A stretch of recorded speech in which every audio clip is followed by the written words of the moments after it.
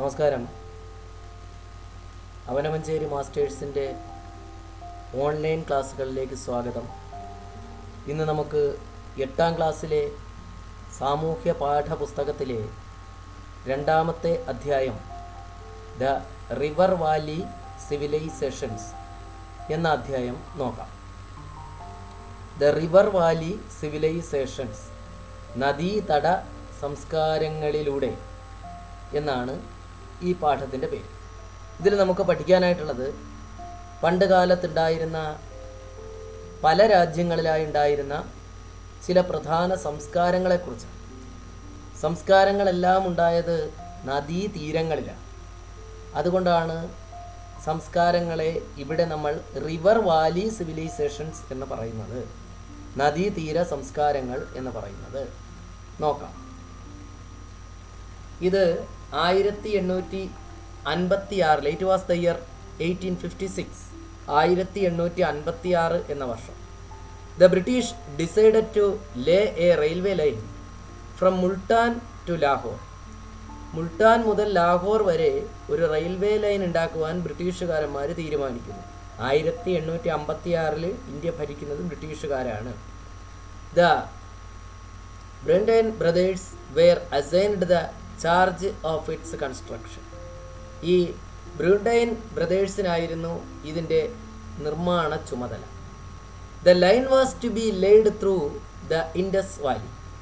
ഈ റെയിൽ പാത നിർമ്മിക്കേണ്ടത് ഇൻഡസ് വാലിയിലൂടെയാണ്. ഇൻഡസ് എന്നതൊരു നദിയുടെ പേരാണ്. സിന്ധു എന്നാണ് അതിൻ്റെ Malayalam.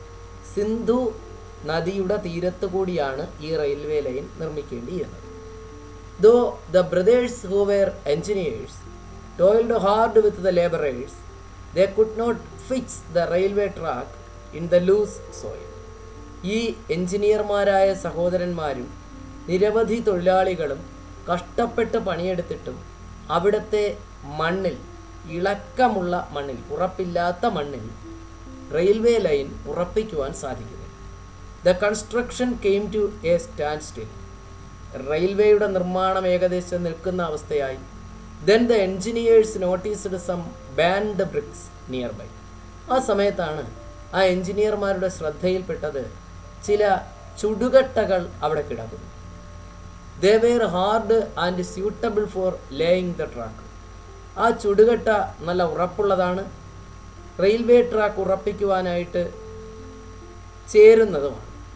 Without wasting any time, they paved those bricks and laid the line. സമയം വേസ്റ്റ് ആക്കാതെ അവർ ആ ചുടുകട്ടകൾ എടുത്ത് അടുക്കി വെച്ചിട്ട് അവിടെ റെയിൽവേ ലൈനിൻ്റെ പണി തുടങ്ങി. Neither the laborers nor the engineers realized that those banned bricks were the remains of a great civilization that existed centuries back. നൂറ്റാണ്ടുകൾക്ക് മുമ്പ് നിലനിന്നിരുന്ന മഹത്തായ ഒരു സംസ്കാരത്തിൻ്റെ തിരുശേഷിപ്പുകളാണ് ആ ചുടുകട്ട കഷണങ്ങളെന്ന് എഞ്ചിനീയർമാരോ തൊഴിലാളികളോ തിരിച്ചറിഞ്ഞില്ല. Later when sir John Marshall was the director of the archaeological survey of India, an excavation was undertaken in 1921. കാലങ്ങൾക്ക് ശേഷം sir John Marshall Indian archaeological സർവേയുടെ ഡയറക്ടറായിരിക്കുമ്പോൾ ഒരു എക്സ്കവേഷൻ, പര്യവേഷണം നടത്തി 1921. It revealed that the bricks were the ruins of a great civilization. ആ എക്സ്കവേഷനിലാണ് അന്ന് കണ്ട ചുടുകട്ട കഷണങ്ങളെല്ലാം ഒരു മഹത്തായ സംസ്കാരത്തിൻ്റെ ശേഷിപ്പുകളായിരുന്നു എന്ന് അറിയുന്നു. The excavations revealed that the civilization had existed in the valleys of the river Indus and its tributaries. അങ്ങനെ അവിടെ നടത്തിയ എക്സ്കവേഷൻസിൽ, പര്യവേഷണങ്ങളിൽ നിന്നാണ് മനസ്സിലായത്, വർഷങ്ങൾക്ക് മുമ്പ് ഈ സിന്ധു നദിയുടെയും സിന്ധുവിൻ്റെ പോഷക നദികളുടെയും തീരങ്ങളിൽ ഒരു മഹത്തായ സംസ്കാരം നിലനിന്നിരുന്നു എന്ന തിരിച്ചറിവുണ്ടാകുന്നത്. Hence the civilization came to be known as the Indus Valley Civilization. ആ സംസ്കാരം നിലനിന്നിരുന്നത് ഇൻഡസ് എന്ന നദിയുടെ തീരത്തായിരുന്നു, സിന്ധു എന്ന നദിയുടെ തീരത്തായിരുന്നു. Hence this civilization came to be known as the Indus Valley Civilization. അതുകൊണ്ട് ഈ സംസ്കാരത്തെ ഇൻഡസ് വാലി സിവിലൈസേഷൻ, സിന്ധു നദീ തട സംസ്കാരം എന്ന് വിളിക്കുന്നു. അപ്പോൾ എന്തുകൊണ്ടാണ് ഇന്ത്യയിലെ ഏൻഷ്യൻ്റ് സിവിലൈസേഷനെ ഇൻഡസ് വാലി സിവിലൈസേഷൻ എന്ന് വിളിക്കുന്നത്? Because the ancient Indian civilization was existed or these civilization existed in the valleys of river Indus and its tributaries. ഈ സംസ്കാരം ഇൻഡസിൻ്റെ ട്രിബ്യൂട്ടറീസിൻ്റെയും തീരങ്ങളിലാണ് നിലനിന്നിരുന്നത്, എക്സിസ്റ്റ് ചെയ്തിരുന്നത്. So the ancient Indian civilization is known as the Indus valley civilization. അതുകൊണ്ടാണ് പുരാതന Indian സംസ്കാരത്തെ Indus valley civilisation അല്ലെങ്കിൽ സിന്ധു നദീതട സംസ്കാരം എന്ന് വിളിക്കുന്നത്. The first excavation was conducted in Harappa in the present Pakistan. ആദ്യമായി പര്യവേഷണം നടത്തിയത് ഹാരപ്പ എന്ന സ്ഥലത്താണ്. ഈ ഹാരപ്പ ഇപ്പോൾ പാകിസ്ഥാനിലാണ്. It was led by Dayaram Sahni. അപ്പോൾ ഹാരപ്പയിൽ പര്യവേഷണം നടത്തിയത് ദയാറാം സാഹ്നി. ഹാരപ്പയിൽ പര്യവേഷണം നടത്തിയത് ദയാറാം സാഹ്നി. ഹാരപ്പയിൽ പര്യവേഷണം നടത്തിയത് Dayaram Sahni. Archaeological survey of ഇന്ത്യയുടെ ഡയറക്ടറായിരുന്നത് സർ ജോൺ മാർഷൽ. ഹാരപ്പയിൽ പര്യവേഷണം നടത്തിയത് Dayaram Sahni. Since the first evidence for the Indus valley civilization was obtained from Harappa, this civilization is also known as Harappan civilization. അങ്ങനെ ആദ്യമായി പര്യവേഷണം നടത്തിയതും ഇങ്ങനെ ഒരു സംസ്കാരത്തിൻ്റെ അവശിഷ്ടങ്ങൾ ആദ്യമായി കണ്ടെത്തിയതും ഹാരപ്പ എന്ന സ്ഥലത്ത് നിന്നാണ്. So this civilization is otherwise known as the Harappan civilization. അതുകൊണ്ട് തന്നെ ഇൻഡസ് വാലി സിവിലൈസേഷനെ നമ്മൾ മറ്റൊരു പേരിലും വിളിക്കുന്നു, ഹാരപ്പൻ സിവിലൈസേഷൻ എന്നും വിളിക്കുന്നു. അപ്പോൾ the ancient Indian civilization is known as the Indus valley civilization or Harappan civilization. Why this civilization is known as the Harappan civilization? എന്തുകൊണ്ടാണ് ഈ സിവിലൈസേഷനെ ഹാരപ്പൻ സിവിലൈസേഷൻ എന്ന് വിളിക്കുന്നത്? Because the first excavations were conducted in Harappa and the first evidences for Indus civilization was obtained from Harappa. Because of these reasons, this civilization is known as the Harappan civilization. ആദ്യമായി പര്യവേഷണം നടത്തിയതും തെളിവുകൾ ആദ്യമായി കണ്ടു കിട്ടിയതും ഹാരപ്പയിൽ നിന്നാണ്. അതുകൊണ്ട് ഈ സംസ്കാരത്തെ ഹാരപ്പൻ സംസ്കാരം എന്ന് വിളിക്കുന്നു. It was R.D. Banerjee who led the excavations in Mohenjodaro. ഇനി മറ്റൊരു സ്ഥലം, ആ സ്ഥലത്തിൻ്റെ പേര് മോഹൻജൊദാരോ എന്നാണ്. അവിടെ പര്യവേഷണങ്ങൾ നടത്തിയ ശാസ്ത്രകാരൻ്റെ പേര് R.D. ബാനർജി എന്നാണ്. In the present Pakistan, Mohenjodaro is in present Pakistan. ഹാരപ്പയാവട്ടെ മോഹൻജൊദാരോ ആവട്ടെ, രണ്ട് സ്ഥലങ്ങളും ഇപ്പോൾ പാകിസ്ഥാനിലാണ്. Further researches on this civilization are going on. പിന്നീടുള്ള റിസർച്ചുകളൊക്കെ നടന്നുകൊണ്ടിരിക്കുന്നു. അപ്പോൾ നമ്മൾ പഠിച്ച കാര്യങ്ങൾ, archaeological survey of India excavations ആരംഭിച്ചത് 1921. അതിൻ്റെ ഡയറക്ടറായിരുന്നത് സർ ജോൺ മാർഷൽ. അതേപോലെ ആദ്യമായി പര്യവേഷണങ്ങൾ നടത്തിയത് ഹാരപ്പയിലാണ്. ഡോക്ടർ ദയാറാം സാഹ്നിയുടെ നേതൃത്വത്തിലാണ് പര്യവേഷണങ്ങൾ നടത്തിയത്. പിന്നെ മോഹൻജൊദാരോ എന്നൊരു സ്ഥലത്ത് പര്യവേഷണങ്ങൾ നടത്തിയത് R.D. ബാനർജിയുടെ നേതൃത്വത്തിൽ ആണ്. The Archaeological Survey of India leads the researches from archaeology in India. This institution was established during the reign of the British. ബ്രിട്ടീഷുകാരുടെ ഭരണകാലഘട്ടത്തിൽ ആർക്കിയോളജിക്കൽ ആയിട്ടുള്ള റിസർച്ചസ് നടത്തുന്നതിന് വേണ്ടിയിട്ട്, പുരാവസ്തുശാസ്ത്രപരമായ പര്യവേഷണങ്ങളൊക്കെ നടത്തുന്നതിന് വേണ്ടിയിട്ട് രൂപീകരിച്ച ഒരു സ്ഥാപനമാണ് ആർക്കിയോളജിക്കൽ സർവേ ഓഫ് ഇന്ത്യ.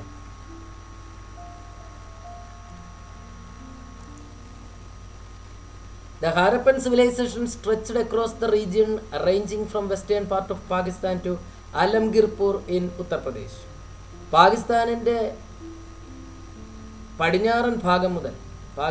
പടിഞ്ഞാറ് മുതൽ ഉത്തർപ്രദേശിലെ ആലംഗീർപൂർ എന്ന് പറയുന്ന സ്ഥലം വരെ വിസ്തൃതമാണ് ഈ ഹാരപ്പൻ സിവിലൈസേഷൻ്റെ ഒരു വശം. And from Kashmir in the north to Narmada valley in the south. ഇനി വടക്ക് കാശ്മീർ മുതൽ തെക്ക് നർമ്മദാ നദീ തീരം വരെയും. അപ്പോൾ ഒരിക്കൽ കൂടി, പടിഞ്ഞാറ് പാകിസ്ഥാൻ മുതൽ ഉത്തർപ്രദേശിലെ അലംഗീർപൂർ വരെയും വടക്ക് കാശ്മീർ മുതൽ തെക്ക് നർമ്മദാ നദിയുടെ തീരം വരെയും ഉള്ള പ്രദേശങ്ങൾ ഉൾപ്പെട്ടതായിരുന്നു ഹാരപ്പൻ സംസ്കാരം. The period of this civilization is generally placed between BC era 2700 and 1700. 1700 BC-ക്കും 2700 BC-ക്കും ഇടയിലുള്ള കാലഘട്ടത്തിലാണ് ഈ സംസ്കാരം നിലനിന്നിരുന്നത്. ശ്രദ്ധിക്കുക, ഇപ്പോൾ നമ്മൾ പറഞ്ഞ മേഖലയുടെ പഴയകാല മാപ്പ് ആണ് ഇത്. സിന്ധു നദീതട സംസ്കാരം വ്യാപിച്ചിരുന്ന പ്രദേശങ്ങളാണ് ഈ കാണുന്നതെല്ലാം. മോഹൻജദാരോയുണ്ട്, സുത്കജൻദോറുണ്ട്, ധോലാവേര, ലോത്തൽ, രംഗ്പൂർ, ഹാരപ്പ, ബനാവലി, കാലിബംഗാൻ, അലങ്കിർപൂർ, ഇങ്ങനെ ഒരുപാട് സ്ഥലങ്ങൾ ഇതിൽ കാണാനായിട്ട് കഴിയും. ഇതിൽ നിന്ന് നമുക്ക് ഹാരപ്പൻ സംസ്കാരം എത്രത്തോളം വിസ്തൃതമായിരുന്നു എന്ന് മനസ്സിലാക്കാം. പ്രധാനപ്പെട്ട ഹാരപ്പൻ കേന്ദ്രങ്ങളാണ് ഈ കൊടുത്തിട്ടുള്ളത്. അത് ഏതൊക്കെ രാജ്യങ്ങളിലാണ് എന്നുള്ളതാണ്.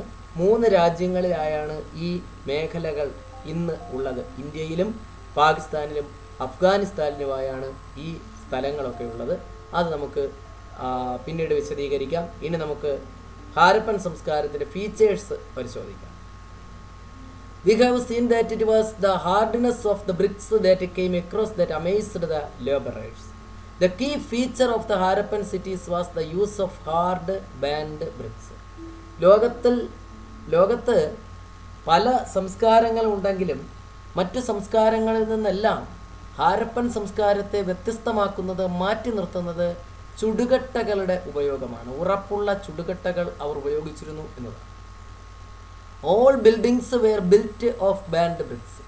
അവർ എല്ലാ കെട്ടിടങ്ങളും നിർമ്മിച്ചിരുന്നത് ചുടുകട്ട ഉപയോഗിച്ചിട്ടാണ്. ദ സിറ്റീസ് ഹാരപ്പ,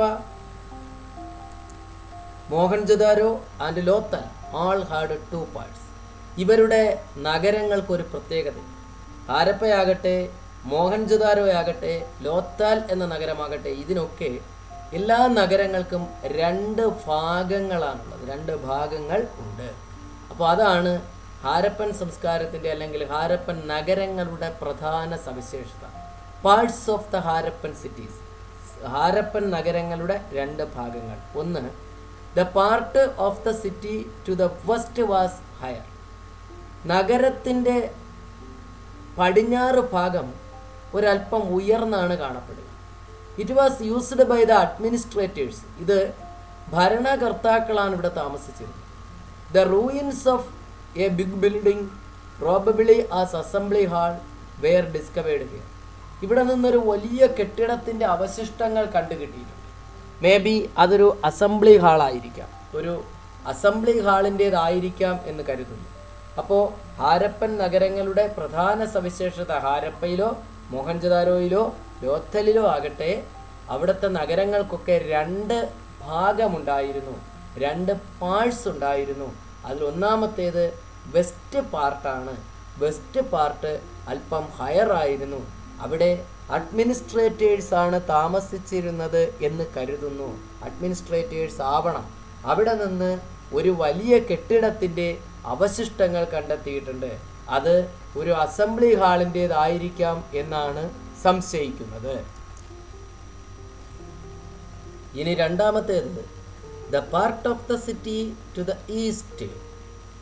നഗരത്തിൻ്റെ കിഴക്ക് ഭാഗം വാസ് ലോവർ, ഒരല്പം താഴ്ന്നാണ് കാണപ്പെടുക. And was inhabited by the common people. അതുകൊണ്ട് തന്നെ അവിടെ താമസിച്ചിരുന്നത് സാധാരണക്കാരായ ആളുകളായിരിക്കാം എന്ന് കരുതുന്നു. അപ്പോൾ നഗരത്തിൻ്റെ പടിഞ്ഞാറ് ഭാഗം ഉയർന്നതായിരുന്നു, അവിടെ ഭരണകർത്താക്കൾ താമസിച്ചിരുന്നു. നഗരത്തിൻ്റെ കിഴക്ക് ഭാഗം താഴ്ന്നു കിടന്നിരുന്നു, അവിടെ സാധാരണക്കാർ താമസിച്ചിരുന്നു. The ruins of many buildings that might have been houses were unearthed here. ഇവിടെ നിന്ന് ധാരാളം കെട്ടിടങ്ങളുടെ അവശിഷ്ടങ്ങൾ, ആ കെട്ടിടങ്ങൾ ധാരാളം കെട്ടിടങ്ങളെന്ന് പറയുമ്പോൾ സാധാരണക്കാരുടെ വീടുകളായിരിക്കാം. അങ്ങനെ സാധാരണക്കാരായ ആളുകൾ താമസിച്ചിരുന്ന നിരവധി വീടുകളുടെ അവശിഷ്ടങ്ങൾ ഈ ഭാഗത്തു നിന്നും കണ്ടെത്തിയിട്ടുണ്ട്. അപ്പോൾ ഇതാണ് ഹാരപ്പൻ നഗരങ്ങളുടെ സവിശേഷത. ഇത്ര കാര്യങ്ങൾ ഓർക്കുക. അടുത്തത്, houses were built along both sides of planned streets. ഇവരുടെ നഗരങ്ങളിൽ വീടുകൾ നിർമ്മിച്ചിരുന്നത് പ്ലാൻഡ് സ്ട്രീറ്റിൻ്റെ അല്ലെങ്കിൽ വളരെ അടുക്കും ചിട്ടയുമായി നിർമ്മിച്ച വീടുകളാണ് ഉണ്ടായിരുന്നത്. നഗരത്തിൻ്റെ പാതയുടെ തെരുവിൻ്റെ ഇരുവശങ്ങളിലുമാണ്, റോഡിൻ്റെ ഇരുവശങ്ങളിലുമാണ് അവർ നിരയായി വീടുകൾ നിർമ്മിച്ചിരുന്നത്. Houses were built along both sides of planned streets. They were of varying structure. എല്ലാം ഒരുപോലെ ആയിരുന്നില്ല, വ്യത്യസ്തമായ സ്ട്രക്ചറിലായിരുന്നു ഓരോ വീടുകളും. Some houses had only 1 room, ചില വീടുകൾക്ക് ഒരു മുറിയേ ഉണ്ടായിരുന്നുള്ളൂ. Whereas others had more rooms. മറ്റു ചിലതിൽ ഒരുപാട് റൂമുകൾ ഉണ്ടായിരുന്നു. A courtyard and a well. മിക്കവാറും എല്ലാ കെട്ടിടത്തിനും ഒരു കോർട്ട്യാർഡും ഒരു കിണറും ഒക്കെ ഉണ്ടായിരുന്നു. Every house had a toilet. എല്ലാ വീടുകൾക്കും ഒരു ശുചിമുറി ഉണ്ടായിരുന്നു.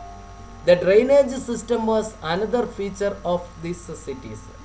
ഈ ഹാരപ്പൻ നഗരങ്ങളുടെ മറ്റൊരു പ്രധാന പ്രത്യേകത ഡ്രെയിനേജ് സിസ്റ്റമായിരുന്നു. അഴുക്കുചാൽ സമ്പ്രദായം. അഴുക്കുചാൽ സമ്പ്രദായമായിരുന്നു അവരുടെ നഗരങ്ങളുടെ മറ്റൊരു സവിശേഷത. ഇതാണ് അഴുക്കുചാൽ. The waste water from the houses was let out into the drains. ഓരോ വീടുകളിൽ നിന്നുമുള്ള വേസ്റ്റ് വാട്ടർ റോഡിലെ ഡ്രെയിനേജിലേക്ക് ഒഴുക്കി വിട്ടിരുന്നു. These drains were connected to the main drain of the street. ഇതെല്ലാം ചെന്ന് പ്രധാന പാതയിലുള്ള പ്രധാന അഴുക്കുചാലിൽ ചേരുന്നു. The drains were built of burnt bricks. ചുടുകട്ട ഉപയോഗിച്ചാണ് അവർ അഴുക്കുചാലുകൾ നിർമ്മിച്ചിരുന്നത്.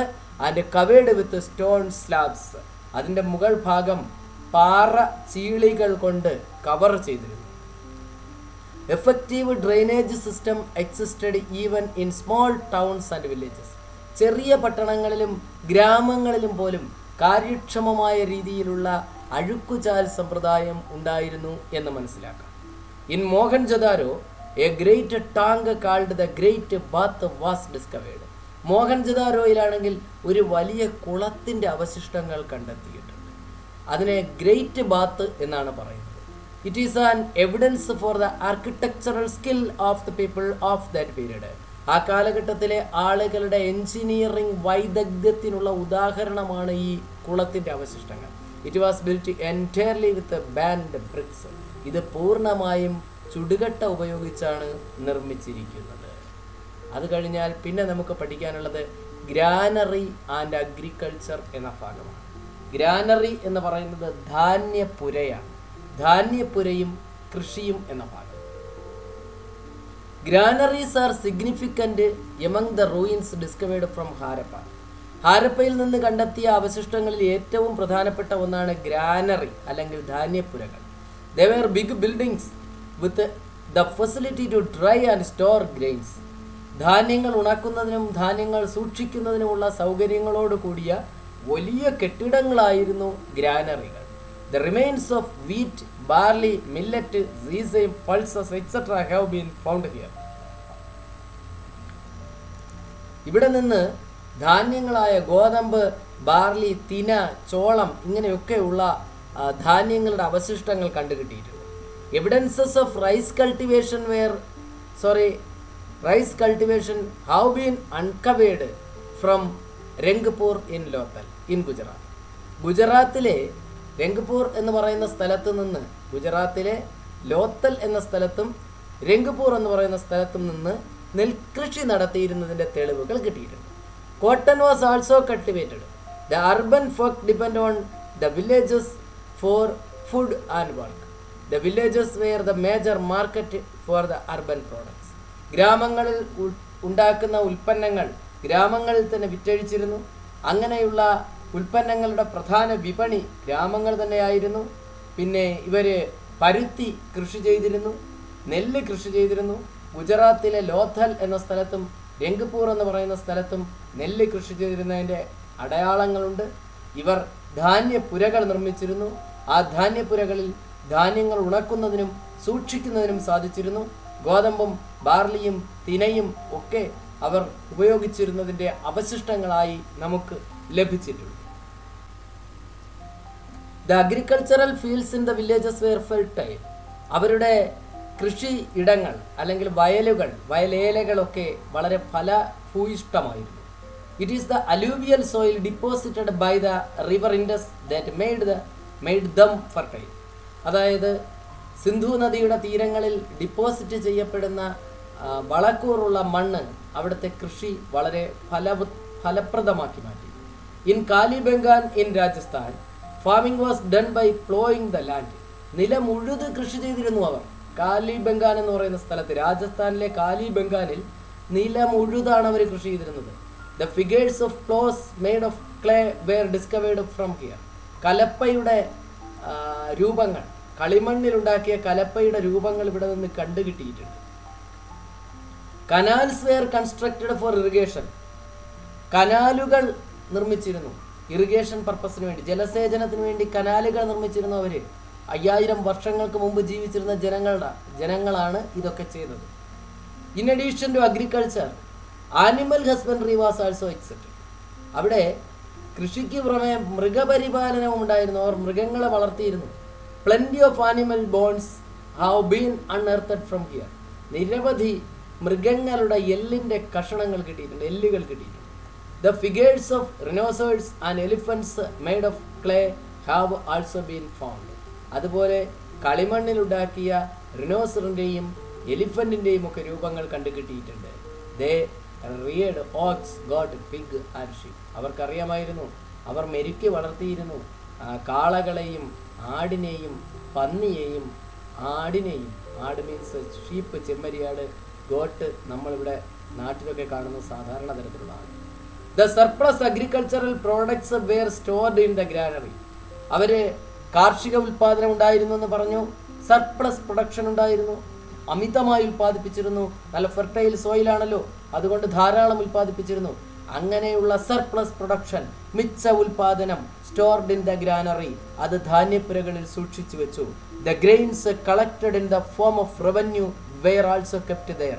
അതുപോലെ തന്നെ റവന്യൂ ആയിട്ട് കളക്ട് ചെയ്യുന്നത്, നികുതിയായി ശേഖരിക്കുന്ന ധാന്യങ്ങളും ഈ ധാന്യപ്പുരകളിലാണ് സൂക്ഷിച്ചു വെച്ചത്. The grains thus stored were made available to the public. അങ്ങനെ കളക്ട് ചെയ്യുന്ന ഗ്രെയിൻസ് എല്ലാം പൊതുജനങ്ങൾക്ക് തന്നെ വിതരണം ചെയ്തിരുന്നു. Such granaries are the evidence for the existence of an efficient administrative system.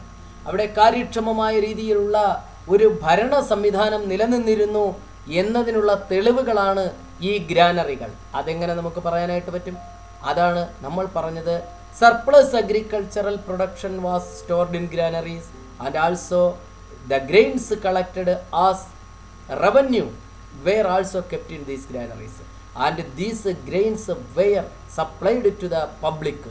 അങ്ങനെ ഈ ഗ്രാനറികളിൽ സർപ്ലസ് പ്രൊഡക്ഷനും അതുപോലെ തന്നെ റവന്യൂവും ആയി ഗ്രെയിൻസ് കളക്ട് ചെയ്യുകയും അത് പബ്ലിക്കിന് സപ്ലൈ ചെയ്യുകയും ചെയ്തിരുന്നു എന്ന് പറഞ്ഞാൽ അതിൻ്റെ അർത്ഥം അവിടെ ഒരു എഫിഷ്യൻ്റ് അഡ്മിനിസ്ട്രേറ്റീവ് സിസ്റ്റം നിലനിന്നിരുന്നു എന്നു തന്നെയാണ്. അടുത്ത ഭാഗം ട്രേഡ് ആണ്, കച്ചവടം.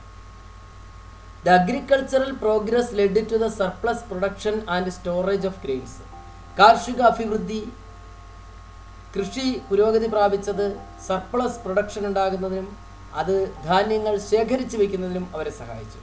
Accurate weights and measures were used for exchanging the stored products. അങ്ങനെ സ്റ്റോർ ചെയ്ത് വെച്ചിരുന്ന ഉൽപ്പന്നങ്ങൾ വിറ്റഴിക്കുന്നതിന് കൃത്യമായ അളവ് തൂക്ക നിയന്ത്രണ സംവിധാനങ്ങൾ അവർക്കുണ്ടായിരുന്നു. Weighing and measuring tools have been unearthed from here. അളവുകളുടെയും തൂക്കങ്ങളുടെയും ഒക്കെ ഉപകരണങ്ങൾ, തൂക്കങ്ങൾക്ക് ഉപയോഗിച്ചിരുന്ന ഉപകരണങ്ങളുടെ അവശിഷ്ടങ്ങൾ നമുക്ക് കിട്ടിയിട്ടുണ്ട്. The inscriptions discovered from Mesopotamia mention their trade relation with Meluha. ഇനി നോക്കുക, മെസപ്പൊട്ടോമിയ എന്നൊരു സംസ്കാരം ഉണ്ടായിരുന്നു. മെസപ്പൊട്ടോമിയയിൽ നിന്ന് കിട്ടിയിട്ടുള്ള കുറിപ്പുകളിൽ ആ മെസപ്പൊട്ടോമിയക്കാരന്മാർ മെലൂഹ എന്ന പേരുള്ളൊരു രാജ്യവുമായി അല്ലെങ്കിൽ മെലൂഹയുമായി അവർ ട്രേഡ് റിലേഷൻസ് നടത്തിയിരുന്നു എന്ന് മെസപ്പൊട്ടോമിയയിലെ ഇൻസ്ക്രിപ്ഷൻസിൽ, കുറിപ്പുകളിൽ കാണുന്നുണ്ട്. Historians opines that Meluhha is probably Harappa. ചരിത്രകാരന്മാർ അഭിപ്രായപ്പെടുന്നത് മെലൂഹ എന്ന് മെസപ്പൊട്ടോമിയക്കാരന്മാർ അവരുടെ ഭാഷയിൽ പറഞ്ഞിരിക്കുന്നത് നമ്മുടെ ഹാരപ്പയെ ആയിരിക്കും എന്നാണ്. The Mesopotamian seals found from Harappa also provide evidence for the trade link. മെസപ്പൊട്ടോമിയയിലെ സീലുകൾ, മുദ്രകൾ ഹാരപ്പയിൽ നിന്ന് കണ്ടുകിട്ടിയിട്ടുണ്ട്. അങ്ങനെ ഹാരപ്പയിൽ നിന്നും കണ്ടെടുത്ത മെസപ്പൊട്ടോമിയൻ മുദ്രകളിൽ നിന്നും നമുക്ക് മനസ്സിലാക്കാം നമ്മുടെ ഹാരപ്പയ്ക്ക് മെസപ്പൊട്ടോമിയക്കാരന്മാരുമായിട്ട് ട്രേഡ് റിലേഷൻസ് ഉണ്ടായിരുന്നു എന്നുള്ളത്. Lothal was one of the centres of maritime trade. കപ്പൽ വഴിയുള്ള കച്ചവടത്തിൻ്റെ പ്രധാന കേന്ദ്രങ്ങളിൽ ഒന്നായിരുന്നു ലോത്തൽ എന്ന നഗരം. The clay models of sailing ships obtained also prove their maritime trade link. അതായത് ഈ ലോഥൽ എന്ന് പറയുന്ന നഗരത്തിൽ നിന്നും കപ്പലുകളുടെ ക്ലേ മോഡലുകൾ കിട്ടിയിട്ടുണ്ട്. അങ്ങനെ കപ്പലുകളുടെ ക്ലേ മോഡലുകൾ ലഭിച്ചതിൽ നിന്നും അവിടെ കപ്പൽ വഴിയുള്ള കച്ചവടം ഉണ്ടായിരുന്നു, അല്ലെങ്കിൽ കടലിലൂടെയുള്ള കച്ചവടം ഉണ്ടായിരുന്നു എന്ന് മനസ്സിലാക്കാം. The clay models of sailing ships obtained also prove their maritime trade link. അതായത് കളിമണ്ണിലുള്ള സെയിലിംഗ് ഷിപ്പിൻ്റെയൊക്കെ മോഡലുകൾ ലോഥൽ എന്ന നഗരത്തിൽ നിന്ന് കിട്ടിയിട്ടുണ്ട്. ഇതിൽ നിന്നും നമുക്ക് മനസ്സിലാക്കാം ഇവർക്ക് കടലിലൂടെ കച്ചവടം ഉണ്ടായിരുന്നു എന്ന്. The seals widely found from the Indus Valley sites were probably used for the purpose of trade. Sindhu നദീതട സംസ്കാര കേന്ദ്രങ്ങളിൽ നിന്ന് നിരവധി മുദ്രകളാണ് നമുക്ക് കിട്ടിയിട്ടുള്ളത്. ഇങ്ങനെ കണ്ടുകിട്ടിയിട്ടുള്ള മുദ്രകളെല്ലാം തന്നെ അവർ കച്ചവട ആവശ്യങ്ങൾക്ക് വേണ്ടി ഉപയോഗിച്ചിരുന്നതാവാം എന്ന് കരുതുന്നു. However, no evidence for the use of coins has been found yet. ഇങ്ങനെയൊക്കെയാണെങ്കിലും ഹാരപ്പയിൽ നാണയങ്ങൾ ഉപയോഗിച്ചിരുന്നു എന്നതിൻ്റെ തെളിവുകൾ ഇതുവരെയും നമുക്ക് ലഭിച്ചിട്ടില്ല. ഹാരപ്പക്കാരന്മാർ ഏതെങ്കിലും തരത്തിലുള്ള നാണയങ്ങൾ ഉപയോഗിച്ചിരുന്നു എന്നതിന് തെളിവില്ല. They collected copper from the mines of Khetri in present Rajasthan and tin from the present Afghanistan and Central Asia. അവര് ലോഹങ്ങൾ, അതായത് കോപ്പർ, ചെമ്പ് ശേഖരിച്ചിരുന്നു. ഇന്നത്തെ രാജസ്ഥാനിലെ ഖേത്രി എന്ന് പറയുന്ന ഖനിയിൽ നിന്ന് ചെമ്പും അതുപോലെ അഫ്ഗാനിസ്ഥാനിൽ നിന്നും സെൻട്രൽ ഏഷ്യയിൽ നിന്നുമൊക്കെ അവർ ടിൻ എന്ന് പറയുന്ന ലോഹവും ശേഖരിച്ചിരുന്നു എന്ന് മനസ്സിലാക്കാം. Copper was mixed with tin to produce bronze. കോപ്പറും ടിന്നും കൂടി മിക്സ് ചെയ്യുമ്പോൾ, അതായത് ചെമ്പും ഈയവും തമ്മിൽ കലർത്തുമ്പോൾ ബ്രോൺസ് അല്ലെങ്കിൽ വെങ്കലം എന്ന ലോഹം ഉണ്ടാക്കിയെടുക്കാനായിട്ട് കഴിയും. They made tools and weapons using bronze. അവർ ബ്രോൺസ് ഉണ്ടാക്കിയിരുന്നു. ബ്രോൺസ് ഉണ്ടാക്കാനുള്ള മെറ്റലർജി അവർക്കറിയാമായിരുന്നു. ബ്രോൺസ് ഉപയോഗിച്ച് അവർ ടൂൾസും വെപ്പൺസും ഉണ്ടാക്കിയിരുന്നു. Since bronze was widely used in the Harappan civilization, it came to be known as Bronze Age civilization. അങ്ങനെ ബ്രോൺസ് അല്ലെങ്കിൽ വെങ്കലം വൈഡ്ലി ഉപയോഗിച്ചിരുന്നത് കൊണ്ട് ഹാരപ്പൻ സംസ്കാരത്തെ ബ്രോൺസ് ഏജ് സിവിലൈസേഷനായി അല്ലെങ്കിൽ വെങ്കല യുഗ സംസ്കാരമായി വിലയിരുത്തപ്പെടുന്നു. Why Harappan civilization is known as a bronze age civilization? എന്തുകൊണ്ടാണ് ഹാരപ്പൻ സിവിലൈസേഷനെ ബ്രോൺസ് ഏജ് സിവിലൈസേഷൻ എന്നറിയപ്പെടുന്നത്? ആൻസർ ഇതാണ്. The Harappan people know the idea to make bronze. They got tin from Afghanistan and Central Asia and bronze from Khetri mines in Rajasthan, and they also know the idea or the metallurgy to make bronze, and they used or they made several bronze tools and implements or weapons. Because of these reasons, Harappan civilization is known as a Bronze Age civilization. ഇനി നമുക്ക് handicrafts and occupational groups എന്ന ഭാഗം നോക്കാം. ഹാരപ്പക്കാരന്മാരുടെ കൈത്തൊഴിലുകളും അവിടെ ഉണ്ടായിരുന്ന തൊഴിൽ കൂട്ടങ്ങളും. The seals, clay figures, utensils, ornaments etcetera dug out from Harappa were witness to their craftsmanship. ഹാരപ്പയിൽ നിന്നും കണ്ടെടുത്തിട്ടുള്ള മുദ്രകൾ, കളിമണ്ണിലുള്ള രൂപങ്ങൾ, പാത്രങ്ങൾ, ആഭരണങ്ങൾ ഇവയെല്ലാം തന്നെ ഹാരപ്പരുടെ നിർമ്മാണ വൈദഗ്ധ്യത്തിനുള്ള ഉദാഹരണങ്ങളാണ്. The ruins of Kins where pottery was produced have been widely dug out.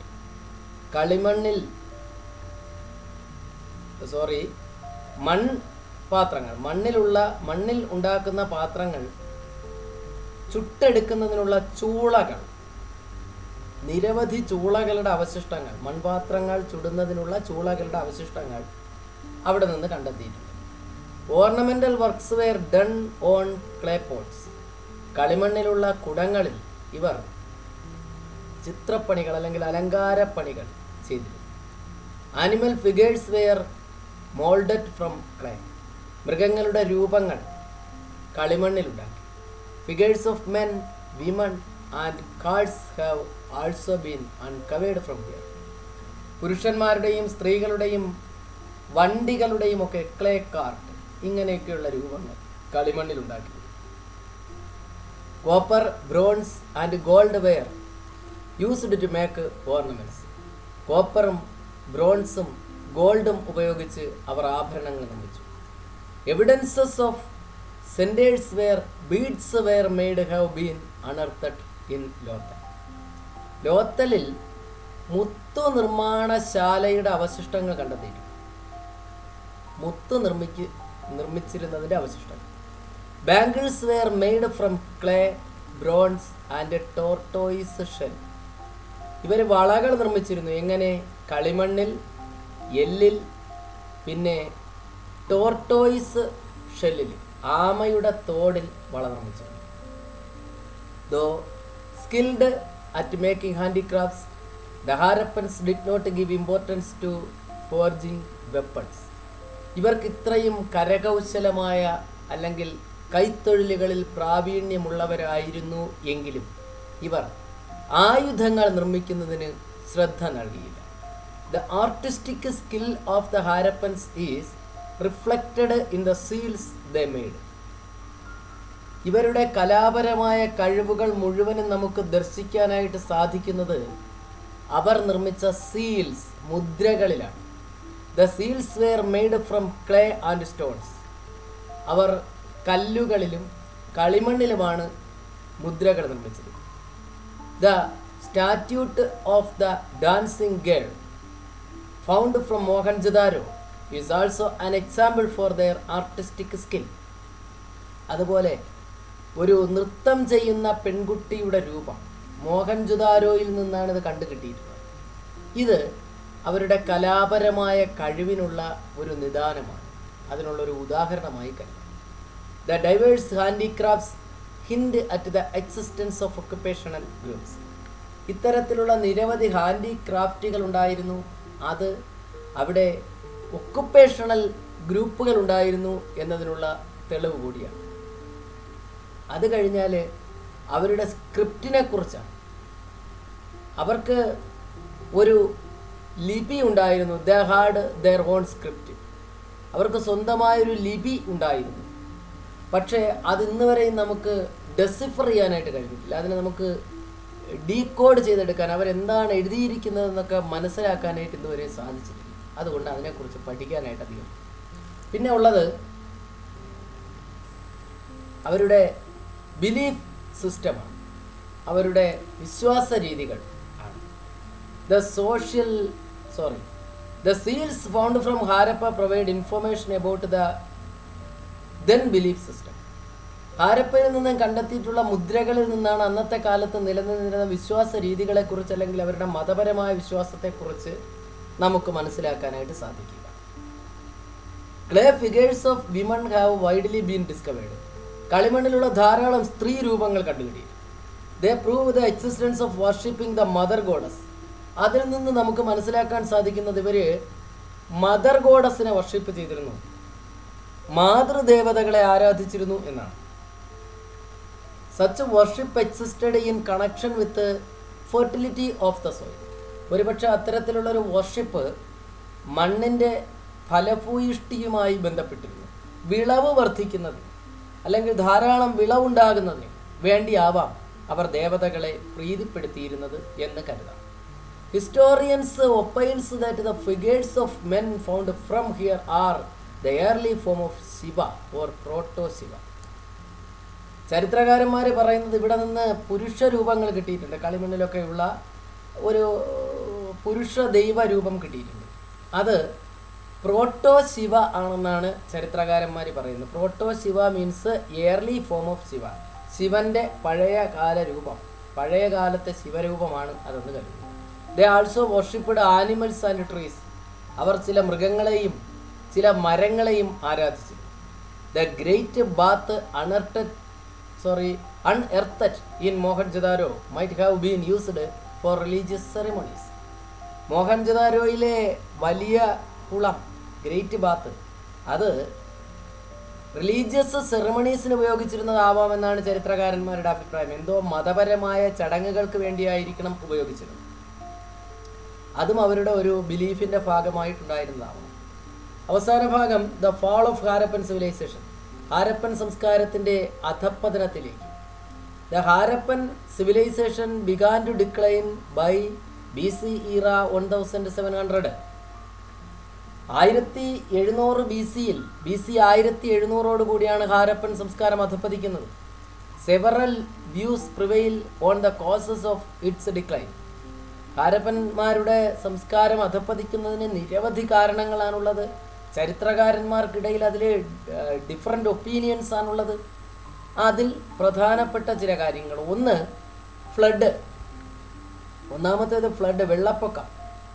River ഇൻഡസിലും ഇൻഡസിൻ്റെ ട്രിബ്യൂട്ടറീസിലുമൊക്കെ ഉണ്ടായ വെള്ളപ്പൊക്കത്തെ തുടർന്നാണ് ഹാരപ്പൻ സംസ്കാരം അധപ്പതിച്ചതെന്ന് ചില ചരിത്രകാരന്മാർ പറയും. വെള്ളപ്പൊക്കത്തെ തുടർന്ന് കൃഷി നശിക്കുകയും ജീവിതമാർഗമില്ലാതാവുകയും ഹാരപ്പന്മാർ അവിടെ നിന്ന് തെക്ക് ഭാഗത്തേക്ക്, ഇന്ത്യയുടെ തെക്കൻ ഭാഗങ്ങളിലേക്ക്, അതായത് മധ്യ ഇന്ത്യയിലേക്ക് അവർ സഞ്ചരിച്ചു എന്നും കരുതപ്പെടുന്നു. രണ്ടാമത്തെ റീസൺ എക്സ്റ്റേണൽ ഇൻവേഷൻസ്, പുറമേ നിന്നുള്ള ആക്രമണങ്ങൾ. ആര്യന്മാരുടെ ആക്രമണം, മധ്യേഷ്യയിൽ നിന്നുള്ള ആര്യന്മാർ വന്നു, ആര്യന്മാരുടെ ആക്രമണമാണ് എക്സ്റ്റേണൽ ഇൻവേഷൻ. 3, ഡീഫോറസ്റ്റേഷൻ, വനനശീകരണം. ഇവന്മാർ ഒരുപാട് ചുടുകട്ട ഉണ്ടാക്കിയിരുന്നു. ഈ ബ്രിക്കെല്ലാം ബേൺ ചെയ്യണമെങ്കിൽ വിറക് വേണം. അങ്ങനെ വിറകിന് വേണ്ടിയിട്ട് മരങ്ങൾ വെട്ടി നശിപ്പിച്ചു. മരങ്ങൾ നശിപ്പിച്ച് ഡീഫോറസ്റ്റേഷന് കാരണമായി വനനശീകരണം ഉണ്ടായി, വനമില്ലാതെയായി. വനമില്ലാതായപ്പോൾ പ്രകൃതിയുടെ സന്തുലിതാവസ്ഥ താളം തെറ്റി ഇവർക്ക് ജീവിക്കാൻ പറ്റാണ്ടായി എന്ന് ചിലർ പറയും. അടുത്തത് ഡിക്ലൈൻ ഓഫ് അഗ്രികൾച്ചറൽ സെക്ടർ. ഇതിലേത് തന്നെ ആയാലും അത് കാർഷിക മേഖലയുടെ അധപ്പതനത്തിന് കാരണമാക്കുകയും അത് ഹാരപ്പൻ സംസ്കാരത്തിൻ്റെ അധപ്പതനത്തിന് വഴിതെളിക്കുകയും ചെയ്യും. അത് ശരിയാണ്. അവസാനത്തേത് എപ്പിഡമിക്സ് ആണ്. എപ്പിഡമിക്സ് എന്ന് പറഞ്ഞാൽ പകർച്ചവ്യാധികളാണ്. ചില പകർച്ചവ്യാധികൾ, ചില അസുഖങ്ങൾ പടർന്നു പിടിച്ചു. അതിനെ തുടർന്ന് ഹാരപ്പർ അവിടെ നിന്ന്, അല്ലെങ്കിൽ ഒരുപാട് പേര് ചത്തൊടുങ്ങി, ബാക്കിയുള്ളവർ അവിടെ വിട്ട് ഓടി എന്നാണ് പറയുന്നത്. അപ്പോൾ എപ്പിഡമിക്സ് അവസാനത്തെ റീസൺ. ഇതൊക്കെയാണ് ഹാരപ്പൻ സംസ്കാരത്തിൻ്റെ അധപ്പതനത്തിനുള്ള പ്രധാന കാരണങ്ങളായി ചരിത്രകാരന്മാർ പറയുന്നു. ആ ഭാഗം, അല്ലെങ്കിൽ ഇൻഡസ് വാലി സിവിലൈസേഷൻ എന്ന ഭാഗം ഇവിടെ കഴിയുന്നു. അത് കഴിഞ്ഞാൽ നമുക്ക് പഠിക്കാനുള്ളത് ഈജിപ്ഷ്യൻ സംസ്കാരം, മെസപ്പൊട്ടോമിയൻ സംസ്കാരം, ചൈനീസ് സംസ്കാരം. Egyptian, Mesopotamian and Chinese civilisations.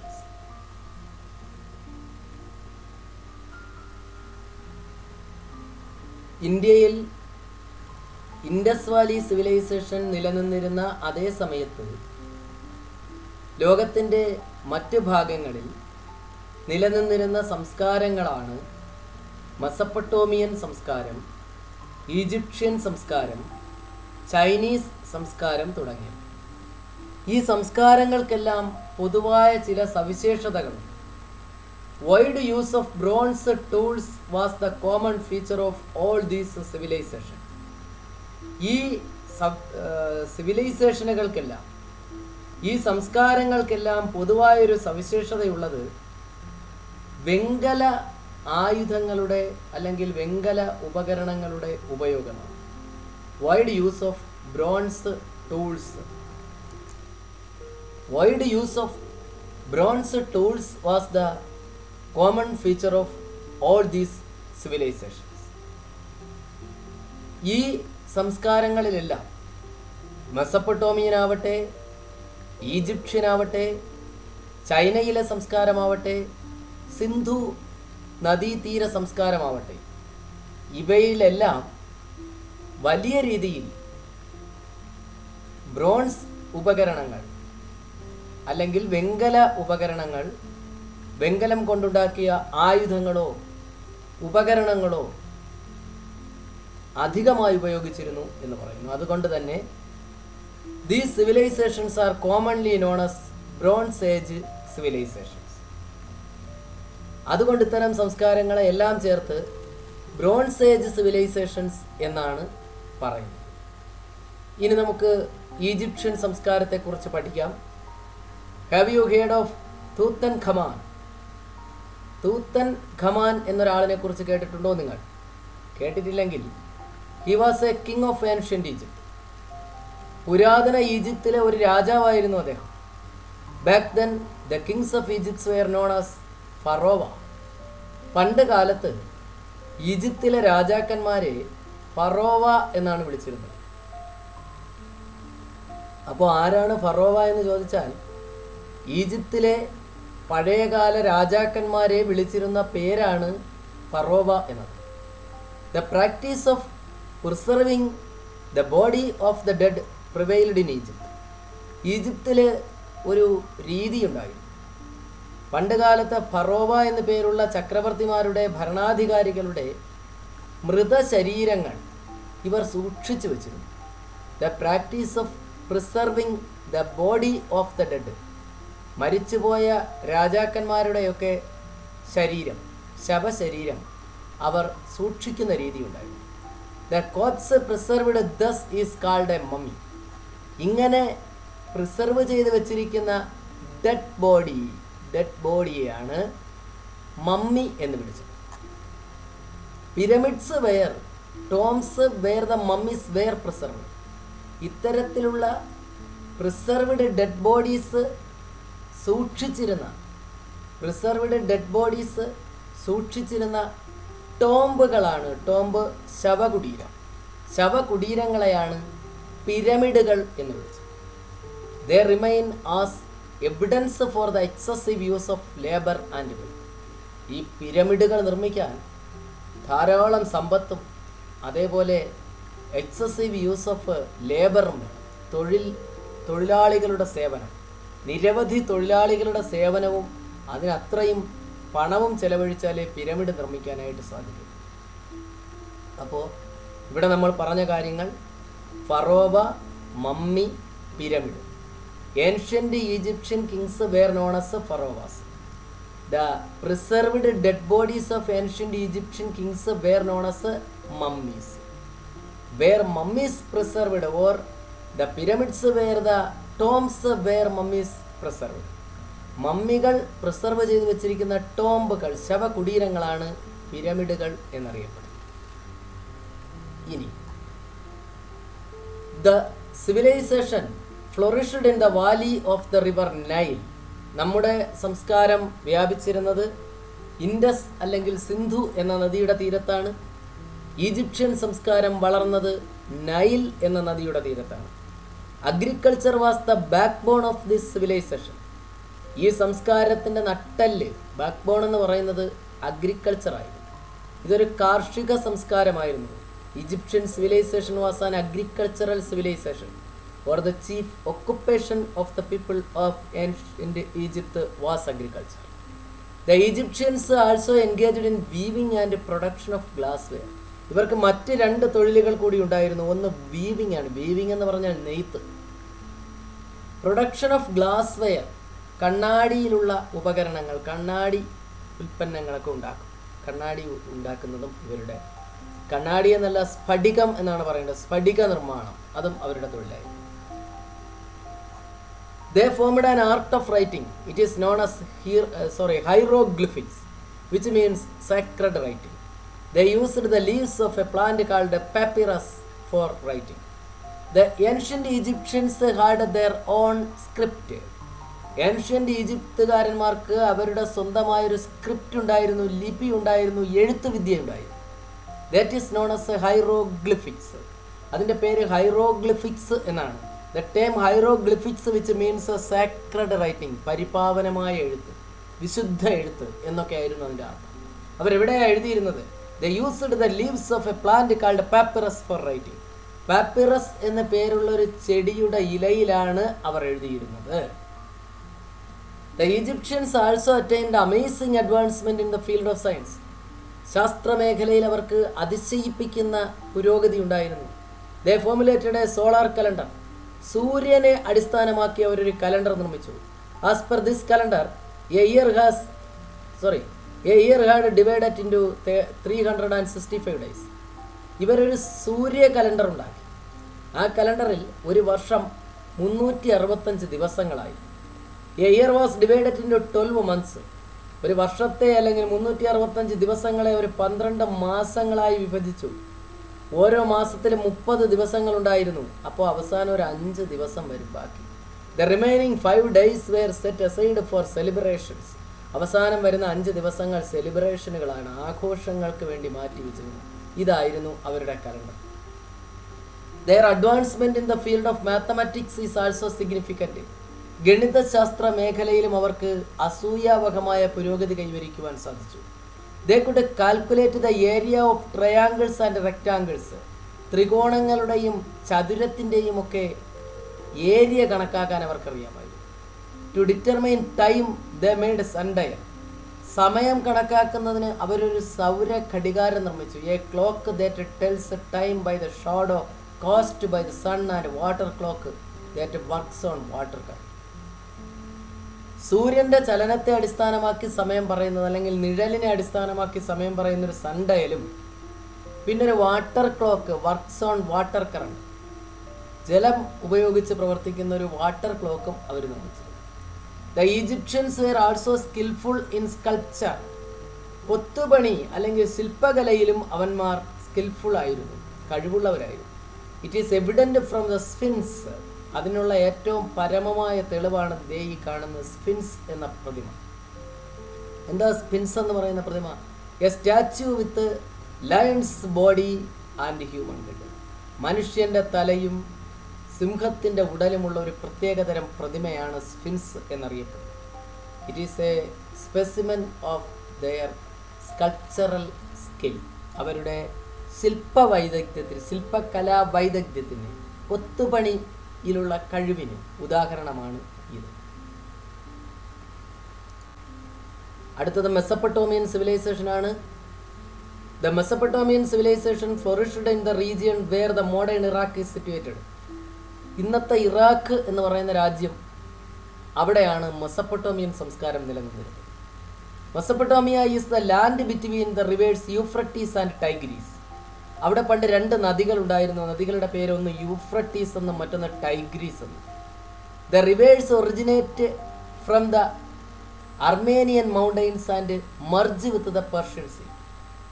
Armenian പർവ്വതനിരകളിൽ നിന്ന് ഉത്ഭവിക്കുകയും പെർഷ്യൻ കടലിൽ ലയിക്കുകയും ചെയ്യുന്ന നദികളായിരുന്നു യൂഫ്രട്ടീസും ടൈഗ്രീസും. The word Mesopotamia means the land between rivers. ഈ 2 നദികൾക്കും ഇടയിലുള്ള സ്ഥലമായിരുന്നു Iraq. The word Mesopotamia means the land between rivers. നദികൾക്കിടയിലുള്ള സ്ഥലം എന്നാണ് മെസപ്പൊട്ടോമിയ എന്ന വാക്കിൻ്റെ അർത്ഥം. 4 different civilisations emerged and declined in Mesopotamia. മെസപ്പൊട്ടോമിയയിൽ 4 സംസ്കാരങ്ങളാണ് ഉണ്ടായത്. 4 സംസ്കാരങ്ങൾ ശക്തി പ്രാപിക്കുകയും പിന്നീട് അധപ്പതിക്കുകയും ചെയ്തു. ആ 4 സംസ്കാരങ്ങൾ ഇവയൊക്കെയാണ്: 1 സുമേറിയൻ, 2 ബാബിലോണിയൻ, 3 അസീറിയൻ, 4-മത്തേത് കാൾഡിയൻ. ഒരിക്കൽ കൂടി: Sumerian, Babylonian, Assyrian and Chaldean. All these 4 civilizations are collectively called the Mesopotamian civilization. The fertile soil of Mesopotamia helped agricultural progress. മെസപ്പൊട്ടോമിയയിലെ മണ്ണ് ഫലഭൂയിഷ്ടമായിരുന്നു. അതുകൊണ്ട് തന്നെ അവിടെ കാർഷിക പുരോഗതി ഉണ്ടായി. It led to trade and the consequent growth of cities. Agriculture പുരോഗതി പ്രാപിച്ചപ്പോൾ കച്ചവടം പുരോഗതി പ്രാപിച്ചു. എവിടെ കച്ചവടം പുരോഗതി പ്രാപിക്കുന്നുവോ അവിടെ നഗരങ്ങൾ ഉണ്ടായിരുന്നു. Uruk and Lagash were the major cities in ancient Mesopotamia. Ur എന്നും ഉറൂക്ക് എന്നും ലഗാഷ് എന്നും പേരുള്ള ഏൻഷ്യൻ്റ് സിറ്റീസ് അവിടെ ഉണ്ടായി. Cities were also trading centres. ഈ നഗരങ്ങളെല്ലാം കച്ചവട കേന്ദ്രങ്ങൾ കൂടിയായിരുന്നു. We have discussed the trade link between the people of Mesopotamia and the Indus valley. നേരത്തെ നമ്മൾ ഇൻഡസ് വാലി പഠിച്ചപ്പോൾ മെസപ്പൊട്ടോമിയയിലെ ആളുകൾ ഇൻഡസ് വാലിയുമായി ട്രേഡ് റിലേഷനിൽ ഏർപ്പെട്ടിരുന്നു എന്ന് പറഞ്ഞു. As trade developed it become essential to record the accounts of the exchanged goods. കച്ചവടം പുരോഗതി പ്രാപിച്ചപ്പോൾ കൈമാറ്റം ചെയ്യപ്പെടുന്ന സാധനങ്ങളുടെ രേഖകൾ അല്ലെങ്കിൽ കുറിച്ചു വെക്കേണ്ടി വന്നു. It eventually led to the development of an art of writing. കാലക്രമേണ ഒരു എഴുത്ത് വിദ്യ അവരും ഉണ്ടാക്കിയെടുത്തു. The Mesopotamian system of writing is called cuneiform. അങ്ങനെ മെസപ്പൊട്ടോമിയക്കാരന്മാർ വികസിപ്പിച്ചെടുത്ത എഴുത്തുവിദ്യയുടെ പേരാണ് cuneiform. The script was wedge shaped. ഈ സ്ക്രിപ്റ്റിനൊരു പ്രത്യേകതയുണ്ട്, ഇത് വെഡ്ജ് ഷേപ്പ്ഡ് ആണ്, ഒരുമാതിരി വിറക് കഷണങ്ങൾ പോലെ ഇരിക്കും. They were written on the smooth surface of a wet clay tablet. ഇവരെഴുതിയിരുന്നത് കളിമൺ ഫലകങ്ങളിലാണ്. A sharp stylus was used for writing. നാരായം പോലെയുള്ള ഒരു ഉപകരണം ഉപയോഗിച്ചിട്ടാണ് അവരെഴുതിയത്. A huge collection of these tablets have been found here. ഇത്തരത്തിലുള്ള നിരവധി കളിമൺ ഫലകങ്ങൾ മെസപ്പൊട്ടോമിയയിൽ നിന്ന് കണ്ടെത്താനായിട്ട് സാധിക്കും. Most of them were related to trade. ഇത്തരം കളിമൺ എഴുത്ത് ഫലകങ്ങളിൽ അധികവും കച്ചവടവുമായി ബന്ധപ്പെട്ടതാണ്. അപ്പോൾ the Mesopotamians developed their on script that is known as cuneiform. Their script was wedge shaped. They wrote on the smooth surface of wet clay tablets.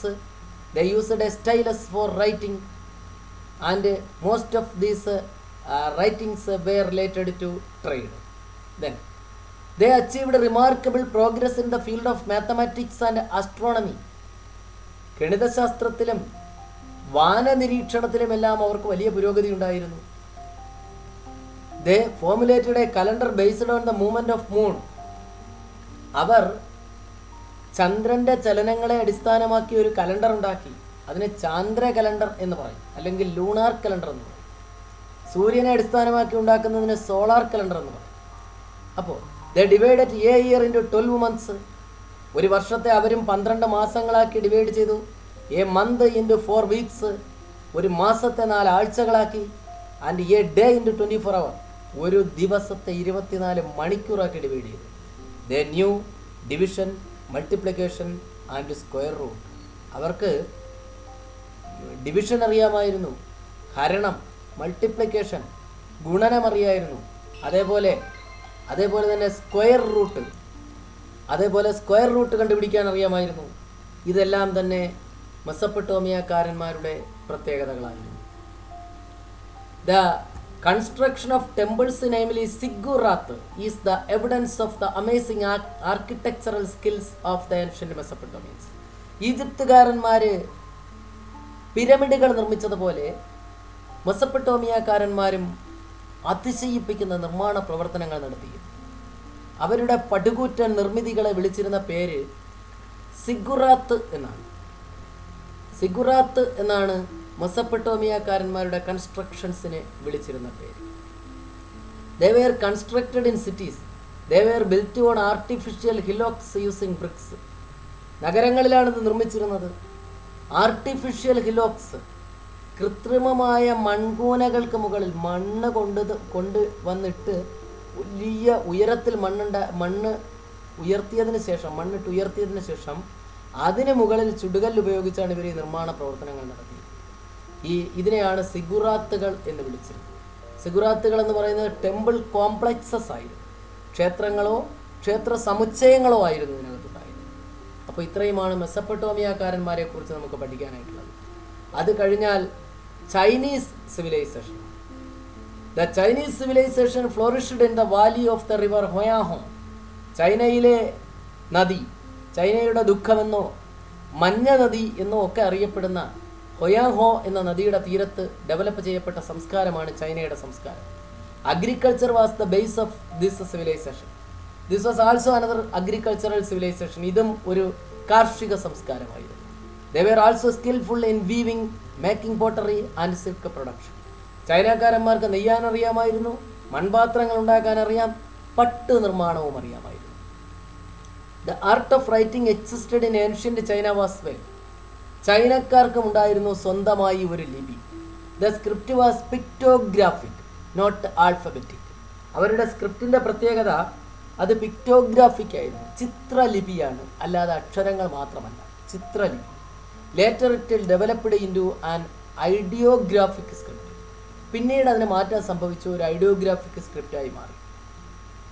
Like ancient Mesopotamians and Egyptians, ancient Chinese too formulated a calendar in which a year consisted of 365.5 days. ഈജിപ്തുകാരന്മാരെ പോലെ മെസപ്പൊട്ടോമിയക്കാരന്മാരെ പോലെ ചൈനക്കാരന്മാരും സ്വന്തമായൊരു calendar ഉണ്ടാക്കി. അവരുടെ കലണ്ടറിൽ 365 അര ദിവസങ്ങൾ ഉണ്ടായിരുന്നു. 365 ദിവസങ്ങളുള്ളൊരു കലണ്ടറാണ് ചൈനക്കാരന്മാരുണ്ടാക്കിയത്. അപ്പോൾ ഇത്രയുമാണ് നമുക്ക് ഈ ചാപ്റ്ററിൽ പഠിക്കാനുള്ള പ്രധാനപ്പെട്ട കാര്യങ്ങൾ മാത്രമാണ് നമ്മൾ ഡിസ്കസ് ചെയ്തത്. അപ്പോൾ Indus valley civilization, Egyptian civilization, Mesopotamian civilization, Chinese civilization, all of these civilizations were called Bronze Age civilizations. ഇതിനെല്ലാം ബ്രോൺസ് ഏജ് സിവിലൈസേഷൻസ് എന്നാണ് പറയുന്നത്. The use of bronze, agricultural progress, development of trade and craftsmanship, the art of writing, progress in the field of science, etc. were the remarkable common features of these civilizations. ഈ പറഞ്ഞ സംസ്കാരങ്ങൾക്കെല്ലാം ചില common features ഉണ്ട്, ചില പൊതു സവിശേഷതകളുണ്ട്. അത് ഇതൊക്കെയാണ്: ഒന്ന്, യൂസ് ഓഫ് ബ്രോൺസ്, വെങ്കലത്തിൻ്റെ ഉപയോഗം; അഗ്രികൾച്ചറൽ പ്രോഗ്രസ്, കാർഷിക പുരോഗതി; development of trade and craftsmanship, കച്ചവട പുരോഗതി, കൈത്തൊഴിലുകളുടെ പുരോഗതി; ദ ആർട്ട് ഓഫ് റൈറ്റിംഗ്, എഴുത്ത് വിദ്യകൾ വന്നു; progress in the field of science, ശാസ്ത്രമേഖലയിലെ പുരോഗതി, etcetera where the remarkable common features of the civilization. ഈ പറഞ്ഞവയൊക്കെയാണ് ഈ സംസ്കാരങ്ങളുടെ പൊതുവായ സവിശേഷതകൾ.